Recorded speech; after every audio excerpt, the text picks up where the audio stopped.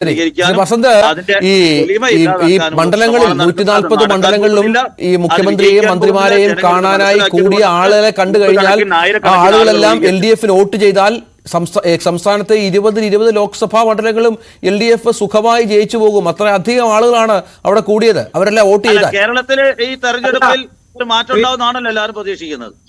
ശ്രീ വസന്ത്, ശ്രീ രഞ്ജിത്ത്, കോട്ടയത്ത്, എന്റെ നാട്ടിൽ കോട്ടയത്ത് DO ഉത്തരവിറക്കി. എന്തിനാണെന്നറിയാമോ? കോളേജ് നടക്കുന്ന ദിവസം കോളേജ് വിദ്യാർത്ഥികൾ എല്ലാവരും വിളംബര ജാഥയിൽ പങ്കെടുക്കണം.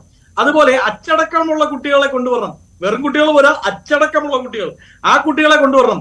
ആ കണക്കും കൂടെ നോക്കിയാൽ ഇനി 18 വയസ്സാകാൻ പോകുന്നവരുടെ വോട്ട് കൂടി ഇവർക്ക് കിട്ടുവേ. അതുകൊണ്ട് തൊഴിലുറപ്പ് തൊഴിലാളികളെ അടക്കം പേടിപ്പിച്ചും പീഡിപ്പിച്ചും ഒക്കെ കൊണ്ടുവന്ന ആൾത്തിരക്ക് വോട്ടായി മാറുമെന്ന് നമുക്ക് കാത്തിരുന്ന് കാണാം. പിന്നെ അദ്ദേഹത്തിന്റെ ഒരു കാര്യത്തിന് ഉത്തരം, അദ്ദേഹം പറഞ്ഞ രമേശ് ചെന്നിത്തല പിച്ചി സുധാകരൻ മാന്തി എന്നൊക്കെ ഉള്ള വാർത്ത വരുമായിരുന്നു എന്ന്. അത് വന്നില്ലേലും കുഴപ്പമില്ല. ശ്രീ സലീം മടവൂർ പാലായിൽ അവിടുത്തെ MP ചാഴിക്കാടനെ മുഖ്യമന്ത്രി അസഭ്യം പറഞ്ഞു, പേടിപ്പിച്ചു, നോക്കി പേടിപ്പിച്ചു, കണ്ണുരുട്ടി.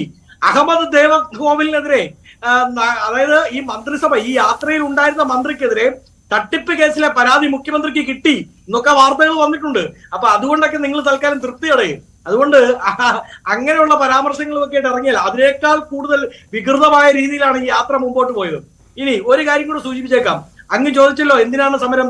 ആ സമരം പൗരാവകാശ ലംഘനങ്ങൾ ഏതായാലും ഈ റാലി കഴിഞ്ഞതോടുകൂടി കഴിഞ്ഞു. ഞാൻ പറഞ്ഞ 2-3 കാര്യങ്ങളുണ്ട്.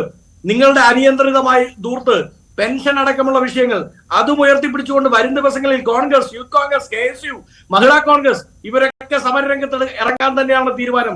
ഇനി യാത്രയുമായി മാത്രമല്ല, തിരുവനന്തപുരത്തേക്ക് വെളിയിലേക്ക് ഇറങ്ങിയാലും 4 മാസത്തെ പെൻഷൻ കുടിശ്ശിക കൊടുത്തില്ലെങ്കിൽ മുഖ്യമന്ത്രി പിണറായി വിജയൻ പാളയത്ത് വെച്ചും കരിങ്കൊടി കാണും. സംശയമൊന്നും വേണ്ട, ഇനിയും കാണും. ശരി.